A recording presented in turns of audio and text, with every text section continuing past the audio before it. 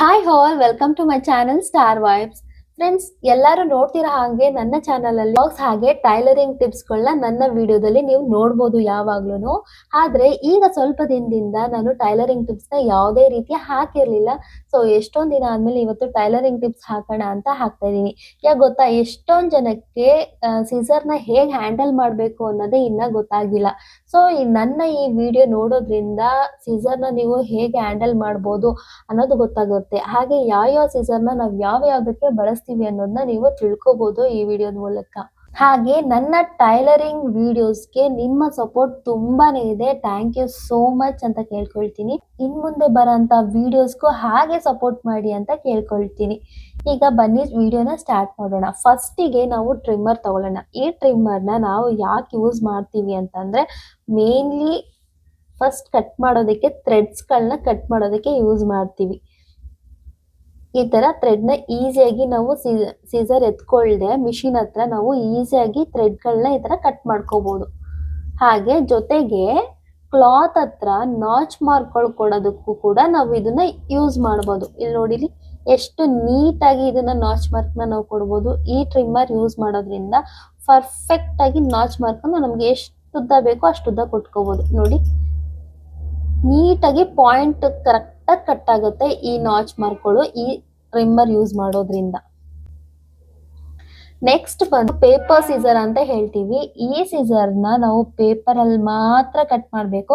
ಯಾವುದೇ ಕಾರಣಕ್ಕೂ ಬಟ್ಟೆ ಮೇಲೆ ಕಟ್ ಮಾಡೋಂಗಿಲ್ಲ. ಯಾಕಂದ್ರೆ ಇದು ಶಾರ್ಪ್ನೆಸ್ ಅಷ್ಟೊಂದು ಇರಲ್ಲ. ಬಟ್ಟೆ ಮೇಲೆ ಕಟ್ ಮಾಡಿದಾಗ ಏನಾಗುತ್ತೆ, ನಾಚ್ ನಾಚ್ ನಾಚ್ ತರ ಬರುತ್ತೆ, ಒಂದು ನೀಟ್ ಫಿನಿಶಿಂಗ್ ಬರಲ್ಲ. ಅದರಿಂದ ನಾವು ಇದನ್ನ ಯಾವುದೇ ಕಾರಣಕ್ಕೂ ಬಟ್ಟೆಯಲ್ಲಿ ಕಟ್ ಮಾಡೋಂಗಿಲ್ಲ. ಈಗ ಟೈಲರಿಂಗ್ ಕಲಿಯೋಕ್ಕೂ ಮುಂಚೆ ನಾವ್ ಯಾವತ್ತೂ ಸ್ಟ್ರೈಟ್ ಅವೇ ಬಟ್ಟೆಲಿ ಕಟ್ ಮಾಡೋಲ್ಲ ಅಲ್ವಾ, ಫಸ್ಟ್ ಪೇಪರ್ ಕಟಿಂಗ್ಸ್ ಮಾಡ್ತೀವಲ್ವಾ, ಅದಕ್ಕೋಸ್ಕರ ನಾವು ಇದನ್ನ ಸೀಸರ್ ನ ಯೂಸ್ ಮಾಡ್ತೀವಿ. ನೀವು ಕೇಳ್ಬೋದು, ನಾವು ದೊಡ್ಡ ಕತ್ರಿ ಇಟ್ಕೊಂಡಿರ್ತೀವಲ್ಲ, ಯಾಕೆ ಈ ಕತ್ರಿ ಇಟ್ಕೋಬಹುದು ಅಂತ.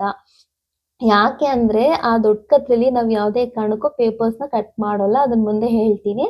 ಅದ್ರಿಂದ ನಾವು ಈ ಪೇಪರ್ ಸೀಸರ್ ನ ನಾವ್ ಯಾವಾಗ ಕಂಪಲ್ಸರಿ ಇಟ್ಕೊಂಡಿರ್ಲೇಬೇಕು. ಸ್ಟಾರ್ಟಿಂಗ್ ಬಿಗಿನರ್ಸ್ ಕಲಿಯೋರು ನೀವು. ಇದು ಪೇಪರ್ ಕಟ್ ಮಾಡಕ್ಕೆ ಅಂತಾನೆ ಇರೋ ಸೀಸರ್ಸ್.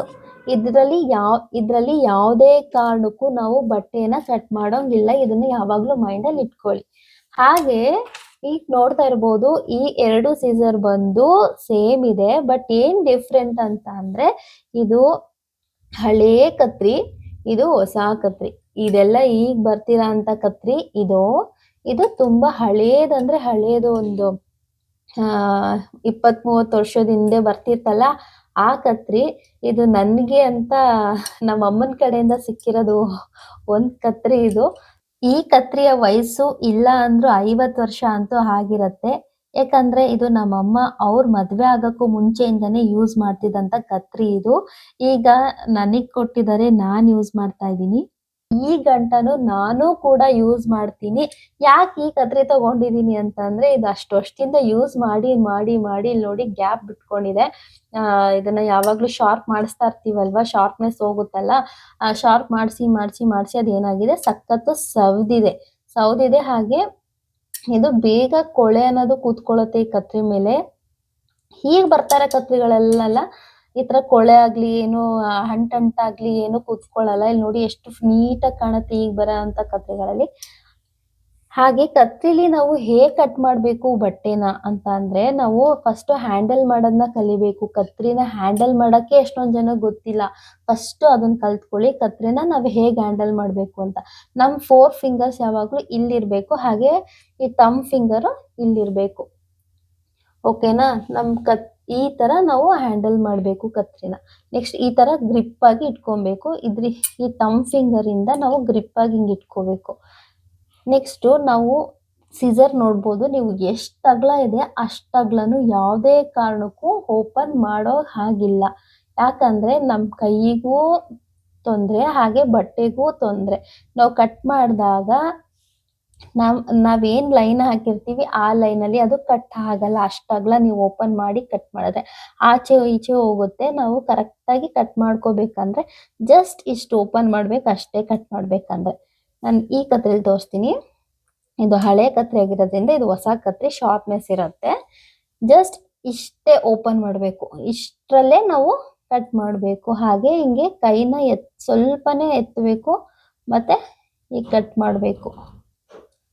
ಜಾಸ್ತಿ ನಾವು ಈ ತರ ಓಪನ್ ಮಾಡೋದು ಆ ತರ ಎಲ್ಲ ಮಾಡಿದಾಗ ಏನಾಗುತ್ತೆ, ಬಟ್ಟೆ ಹಳ್ಳಾಡುತ್ತೆ, ಹಾಗೆ ಜೊತೆಗೆ ನಮ್ಗೆ ಒಂದು ನೀಟ್ ಫಿನಿಶಿಂಗ್ ಕೂಡ ಬರೋಲ್ಲ. ಈಗ ಬರ್ತಾ ಇರೋ ಸೀಸರ್ಗೆ ನಾವು ಟೆಫ್ಲಾನ್ ಕೋಟೆಡ್ ಸೀಸರ್ ಅಂತ ಕರಿತೀವಿ ಈ ಸೀಸರ್ಗಳನ್ನ. ಈಗ ನೋಡ್ತಾ ಇರ್ಬೋದು, ಇದು ಯಾವಾಗ ಈಗ ಬ್ಲಾಕ್ ಕಲರೇ ಈಗ ಬರ್ತಾ ಇರೋದು ಇದು ಸೀಸರ್ಗಳು. ಈ ತರದ್ದು ಸಿಗುತ್ತೆ, ಆದ್ರೆ ಈ ಕಾಪರ್ ಸೀಸರ್ಗಳು. ಆದ್ರೆ ಏನಂದ್ರೆ ಇಷ್ಟು ಕ್ವಾಲಿಟಿ ಇರಲ್ಲ. ಅವಾಗ ಬರ್ತಿರೋ ಕ್ವಾಲಿಟಿಗಳು ಈಗ ಬರಲ್ಲ. ಸೊ ಈಗ ಬೆಟರ್ ಅಂತ ಅಂದ್ರೆ ನಾನು ಈ ತರ ಕತ್ರಿನೇ ಹೇಳ್ತೀನಿ, ಯಾಕಂದ್ರೆ ಅಷ್ಟು ಫಿನಿಶಿಂಗ್ ಆಗಿ ಕಟ್ ಆಗುತ್ತೆ, ಕಟ್ ಮಾಡ್ಬೋದು. ಒಂದು ಹಾಗೆ ಮೇಂಟೈನ್ ಮಾಡೋದಕ್ಕೂ ಈಸಿ ಇದೆ ಈ ಸೀಸರ್. ಸೊ ಫ್ರೆಂಡ್ಸ್, ಇದಾಗಿತ್ತು ಇವತ್ತಿನ ವ್ಲಾಗ್. ನನ್ನ ಈ ಟಿಪ್ಸ್ಗಳು ನಿಮ್ಗೆ ಇಷ್ಟ ಆಗ್ತಾ ಇದ್ರೆ ಲೈಕ್ ಮಾಡಿ, ಶೇರ್ ಮಾಡಿ, ಹಾಗೆ ಕಮೆಂಟ್ ಮಾಡೋದನ್ನ ಮರಿಬೇಡಿ. ಈ ಚಿಕ್ಕ ಯೂಟ್ಯೂಬ್ ಜರ್ನಿನ ದೊಡ್ಡ ಯೂಟ್ಯೂಬ್ ಜರ್ನಿ ಮಾಡೋ ಜವಾಬ್ದಾರಿ ನಿಮ್ದು ಅಂತ ಹೇಳ್ತಾ ನೆಕ್ಸ್ಟ್ ವಿಡಿಯೋದೊಂದಿಗೆ ಬರ್ತೀನಿ. ಬಾಯ್ ಬಾಯ್.